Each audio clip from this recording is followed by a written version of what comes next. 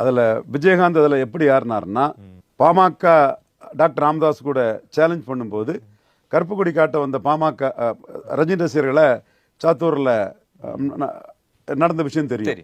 ஆனால் விஜயகாந்த் கிட்ட மோதும் போது ஆர்காட்டாரே சொன்னார், டாக்டர் அப்படி இல்லை, மதுரை வீரன் மங்கம்மா பேரன், நடக்காது, நீங்கள் ரஜினியை துரத்துன மாதிரி விஜயகாந்தை துரத்துற முடியாதுன்னு சொன்னார். விஜயகாந்தும் களத்துக்குள்ள வந்தார். அடினா அடிக்கிறதுக்கும், வெட்டுனா வெட்டுறதுக்கும், குத்துனா குத்துறதுக்கும், உனக்கு ஆள் இருக்கும்போது எனக்கு ஏன்டா ஆள் இருக்கக்கூடாதுன்னு கேட்டுதான் வந்தாரு. தெளிவா ஒரு 15 நாள் வடதமிழத்துல கலவரம் நடந்தா இல்லையா? விஜயகாந்துக்கு ஆட்கள் பாமக காரங்களுக்கு மோதல் நடந்ததா இல்லையா? அப்போ மதுரை வீரண்டா மங்கம்மா பேரண்டான்னு நின்னாரு. அவர் எந்த டாக்டரையா வைத்தாரு?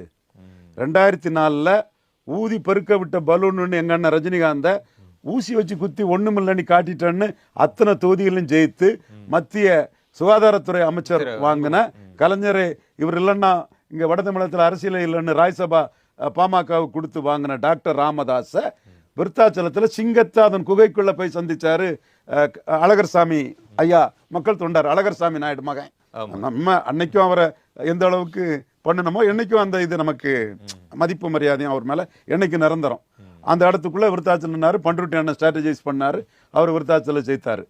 இன்னும் சொல்றேன், அவர் விருத்தாச்சலத்துல கணிசமான லீடிங்ல ஜெயிப்பாரு. நான் பேசின வீடியோ இன்னைக்கு இருக்குது. ஜென்ராம் மற்ற நண்பர்கள்லாம் இருந்த அந்த விவாதத்துல நான் ஜெயிப்பாருங்கிறது 8% வாக்கு விஜயகாந்த் எடுப்பாருன்னும், அவர் மட்டும்தான் ஜெயிப்பாரு, கணிசமான ஓட்டுல ஜெயிப்பாருங்கிற வீடியோ இன்னைக்கும் இருக்குது. அவர் ஜெயித்தாருன்னா அவருக்கு துணிச்சல். ரஜினிகாந்த தோக்கடிச்சு காட்டி ஊதி பறக்க விட்ட பலூன்ல ஊசியை வச்சு குத்திட்டேன்னு சொன்ன டாக்டர் ராமதாஸை சேலஞ்ச் பண்ணி அவர் தோக்கடிச்சாரு.